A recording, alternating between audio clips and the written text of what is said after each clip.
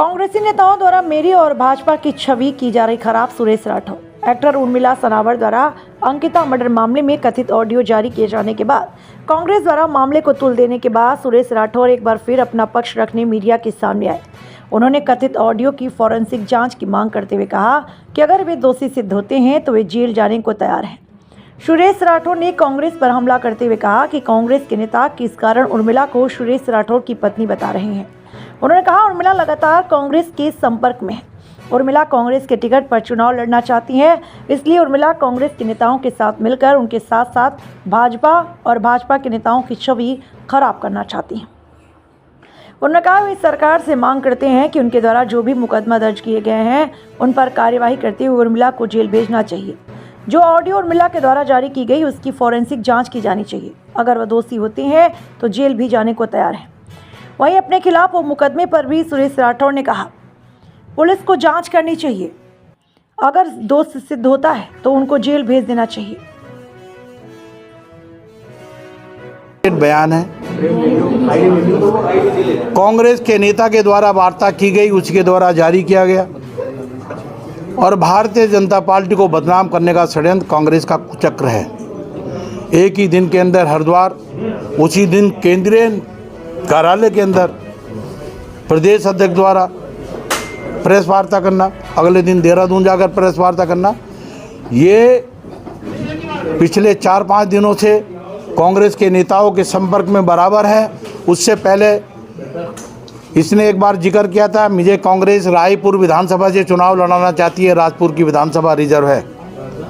वो लोग इसके संपर्क में हैं, आप उसकी जांच कराओ, आपको पता लग जाएगा कि किसके कहने के ऊपर ये बोल रही है। जो भारतीय जनता पार्टी को बदनाम करने का काम कर रही है, माननीय दुष्यंत गौतम जी को बदनाम करने का काम कर रही है, माननीय महेंद्र भट्ट जी को बदनाम करने का काम कर रही है, माननीय अपने पुष्कर सिंह धामी जी को बदनाम करने का काम कर रही है, माननीय यतीश्वरन को और सोम मेरे को बदनाम करने का काम कर रही है।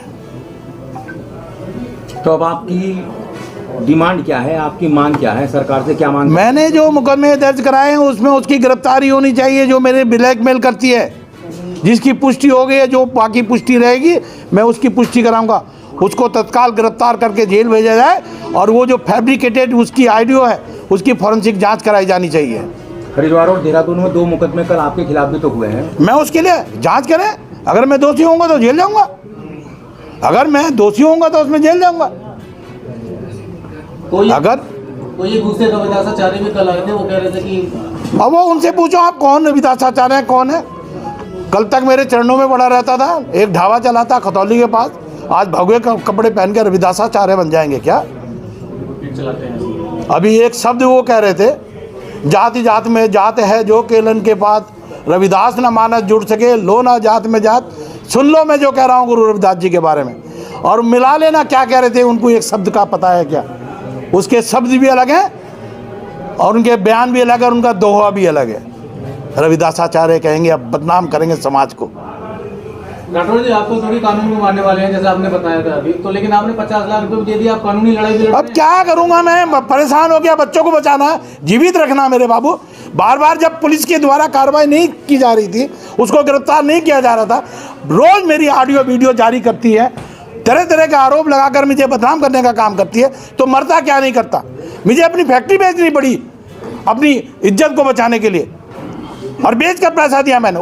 उससे पूछो उसके पास पैसा कहाँ से आया, लाओ डिटेल निकाल के लाएगी। आप पूर्व विधायक हैं, ऊपर से सरकार आपकी है और आप कानून के पड़े में भी हैं, तब भी आपने 50 लाख रुपए दे दिए। क्या करूं मैं, मजबूरी थी मेरी, बच्चों को बचाना, परिवार को बचाना बाबू, अपनी जान को बचाना।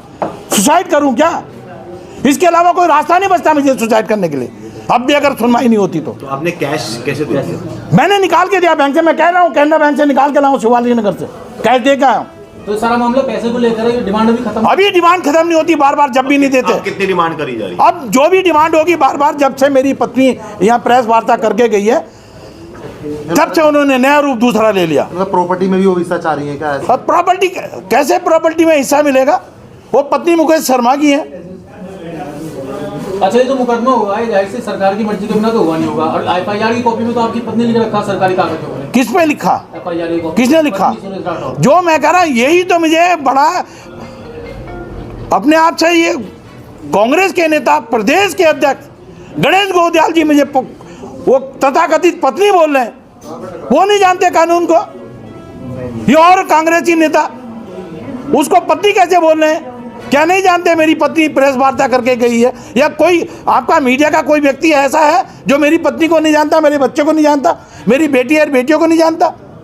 बदनाम करने का काम किया जा रहा है। सारा का सारा दोष कांग्रेस का है, कांग्रेस के द्वारा निर्मित किया जा रहा है। लेकिन आरती गौड़ का आरोप तो उसने जो देहरादून में मुकदमा दर्ज कराया है, वो तो भाजपा की छवि धूमिल करने का आरोप आप पे भी है। अरे चलो, मैं कह रहा हूँ उसकी जांच कराओ ना। आरती गौड़ क्या करी उसको पढ़ो, उसमें मैं कहीं दोषी नहीं हूँ।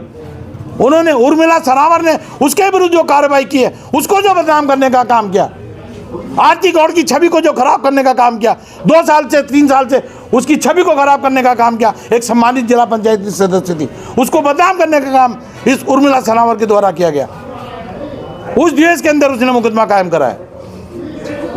उसको जीने का अधिकार नहीं है क्या? आपने जो एफिडेविट लिखाया है, उस एफिडेविट को लेकर आप कोर्ट में गए कभी? मुझे जरूरत क्या थी? मैंने दे दिया उसने